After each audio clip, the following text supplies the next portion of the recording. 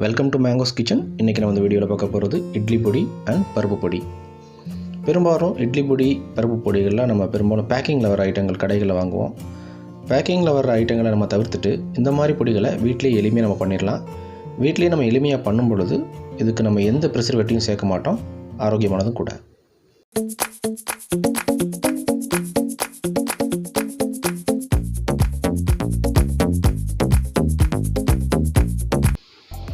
First நம்ம இட்லி பொடிக்கு தேவையான ஐட்டங்கள் பார்த்துருவோம். 2 டேபிள் ஸ்பூன் கடலைப்பருப்பு, 4 டேபிள் ஸ்பூன் உளுந்து பருப்பு, 2 டேபிள் ஸ்பூன் வெள்ளை எள்ளு, கல் உப்பு தேவையான அளவு, வரமிளகா அது ஒரு 7 நம்பர், இதுக்கப்புறம் கருவேப்பிலை அதுவும் தேவையான அளவு, பூண்டு பல் ஒரு 7 பல் தோலோடு தட்டி வச்சுருக்கேன். இதுக்கப்புறம் பெருங்காயம் கட்டி பெருங்காயம், தூள் பெருங்காயத்தை விட கட்டி பெருங்காயம் நல்லாயிருக்கும், அதனால் கட்டி பெருங்காயம் பயன்படுத்துகிறேன். இப்போ நம்ம கடலைப்பருப்பு, உளுந்தம்பருப்பு, கருவேப்பிலை, கல் உப்பு இது 4ஐயும் அடிகனமான சட்டியில் எண்ணெய் விடாமல் அடுப்பை மீடியமான ஹீட்டில் வச்சு வறுத்துக்குவோம். எல்லாத்தையும் ஒன்றா போட்டு வறுக்க வேணாம், ஏன்னா ஒவ்வொரு பருப்பும் ஒவ்வொரு சைஸில் இருக்கும், அதனால் ஒவ்வொரு பருப்பையும் தனியாகவே போட்டு வறுத்துக்குவோம். மீடியமான ஹீட்டில் வறுக்கும்போது எல்லாமே ஈவனாக இருக்கும், அதனால் மீடியமான ஹீட்லேயே வறுத்துக்குவோம். இதை வறுத்துட்டு அதை ஒரு தட்டில் பக்கத்தில் கொட்டி கொட்டி ஆற வச்சுருவோம். நான் இன்றைக்கி வெள்ளை எள் பயன்படுத்துகிறேன். ஏன் கருப்பு எள் பயன்படுத்தலை அப்படின்னா, கருப்பு எள் போடும்போது கொஞ்சம் கலர் மாறுறதுக்கான வாய்ப்பு இருக்கும். ஸோ அதனால் வெள்ளை எள் பயன்படுத்துகிறேன். அதுக்காக கருப்பு எள் பயன்படுத்தக்கூடாதுன்னு இல்லை, விருப்பம் இருக்கவங்க கருப்பு எள் கூட பயன்படுத்தலாம். அதே மாதிரி உப்பு, இந்த உப்பு கொஞ்சம் ஈரத்தன்மை இருக்கும், அதனால தான் அதை வறுத்துக்கிறோம். கருவேப்பிலை, காஞ்ச கருவேப்பிலையாக இருந்தால் கூட இதில் பயன்படுத்தலாம், தப்பு கிடையாது.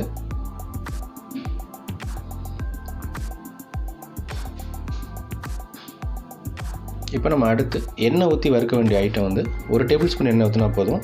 அதில் பெருங்காயம், கட்டி பெருங்காயம், அதுக்கப்புறம் நம்ம பூண்டு பல் தட்டி வச்சுருக்கோம், அது வரமிளகா, இது 3ஐயும் நம்ம 1 டேபிள் ஸ்பூன் எண்ணெயிலே எல்லாத்தையும் வறுத்து எடுத்துக்குவோம். ஃபஸ்ட்டு நம்ம பெருங்காயத்தை, கட்டி பெருங்காயத்தை வறுத்து எடுத்துக்குவோம். அதுக்கப்புறம் தோலோடு தட்டி வச்ச அந்த பூண்டு பல்லையும் வறுத்துக்கிடுவோம். பூண்டு வறுத்ததுக்கப்புறம் மிச்சம் இருக்க எண்ணெயிலேயே வரமிளகாயை வறுத்துக்குவோம். வரமிளகாயை அந்த காம்பு கில்லாமல் வறுப்போம். காம்பை கிள்ளிட்டோம்னா அதோட விதை விழுந்து முன்னாடியே கருகிடும், அதனால் டேஸ்ட் மாறிடும். இதை நம்ம அரைக்கும் போது அந்த காம்பை கிள்ளிட்டு ஜாரில் போட்டு அரைச்சிடலாம். இதை ஒரு ஜாரில் மாற்றி வச்சு நம்ம தேவையான அளவு உப்பு போட்டுக்கிடுவோம். போட்டுட்டு இதை குறகுறப்பாக அரைச்சிக்குவோம். இப்போ பார்த்துட்டிங்கன்னா இட்லி பொடி அரைச்சாச்சு, குறகுறப்பாக இருந்தால் நல்லாயிருக்கும். இப்போ நம்ம அடுத்து பருப்பு பொடி எப்படி தயார் பண்ணுறான்னு பார்த்துடலாம். அதுக்கு உளுந்து 2 டேபிள் ஸ்பூன், பாசிப்பருப்பு 4 டேபிள் ஸ்பூன், பொரிகடலை 3 டேபிள் ஸ்பூன், துவரம்பருப்பு 4 டேபிள் ஸ்பூன், கடலைப்பருப்பு 4 டேபிள் ஸ்பூன், வரமிளகா 8, பூண்டு பல் 6 நம்பர், உப்பு தேவையான அளவு, கருவேப்பிலை தேவையான அளவு, கட்டி பெருங்காயம் சின்ன பீஸில் 2 எடுத்துருக்கேன். இப்போ நம்ம அடிகனமாக உள்ள சட்டியில் மீடியமான ஹீட்டில் ஒவ்வொரு பருப்பாக வறுத்துடுவோம். ட்ரை ரோஸ்ட் பண்ண வேண்டிய பருப்பு அப்படின்னு பார்த்தோம்னா துவரம்பருப்பு, பொட்டுக்கடலை, கடலைப்பருப்பு, உளுந்தம்பருப்பு, அப்புறம் உப்பு, வரமிளகா, இந்த ஐட்டத்தை ஃபுல்லாக நம்ம ட்ரை ரோஸ்ட் பண்ணணும். பாசிப்பருப்பு, தட்டி வச்சுருக்க பூண்டு, பெருங்காயம், இது 3ஐயும் கொஞ்சமாக நெய் விட்டு வறுத்துக்கிடுவோம். பார்த்திங்கன்னா பருப்பு எல்லாத்தையும் நல்லா ரோஸ்ட் பண்ணிக்கிடுவோம். நம்ம பூண்டு சேர்க்குறதுனால உங்களுக்கு ஒரு மாதம் வச்சு இது ஒரு மாதம் வரைக்கும் அதை வச்சு பயன்படுத்தலாம். அதுக்கு மேலே நம்ம நிறைய ஸ்டோர் பண்ணுறோம் அப்படின்னா பூண்டு சேர்க்க வேண்டாம்.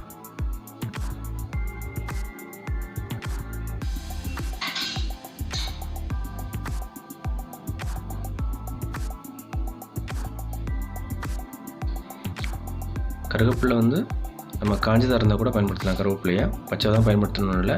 வீட்டில் காஞ்ச கருவேப்பிலை இருந்தால் கூட அதை கூட ரோஸ்ட் பண்ணால் அது நல்லாயிருக்கும், இன்னும் நல்லாயிருக்கும்.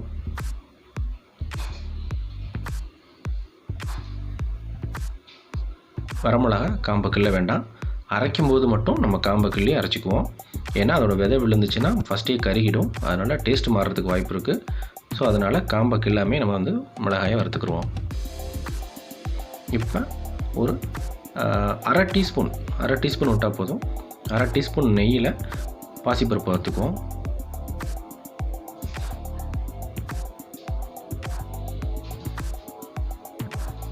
நம்ம வறுத்து எடுக்கும்போது பார்த்தா அது கொஞ்சம் ஆயிலியாக இருக்க மாதிரி இருக்கும். ஆனால் கொஞ்சம் சூடு ஆறினோன்னே அது ட்ரை ஆயிரும். இன்னும் கொஞ்சம் ஒரு டீஸ்பூன் நெய் விட்டு அதில் பூண்டையும் நல்லா வறுத்துடுவோம்.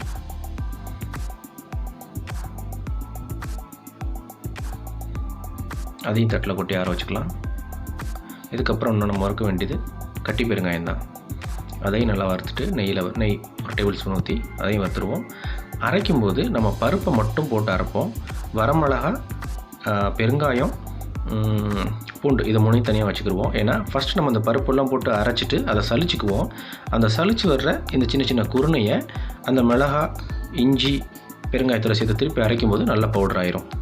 நம்ம பருப்பு பொடிக்கு வந்து அரைச்சிட்டு சலிச்சுக்கணும். அப்போ தான் வந்து பருப்பு பொடி ரொம்ப நைஸாக இருக்கும். இப்போ பார்த்திங்கன்னா பருப்பு பொடி, இட்லி பொடி ரெண்டுமே தயாராகிடுச்சு ரொம்ப எளிமையாக. இதை நீங்கள் உங்கள் வீட்டில் செஞ்சு பார்த்துட்டு எப்படி இருந்துச்சுன்றதை கமெண்ட்டில் சொல்லுங்கள். இந்த வீடியோ உங்களுக்கு பிடிச்சிருந்துச்சின்னா மறக்காமல் மேங்கோஸ் கிச்சனுக்கு சப்ஸ்கிரைப் பண்ணுங்கள், பெல்லையும் கிளிக் பண்ணி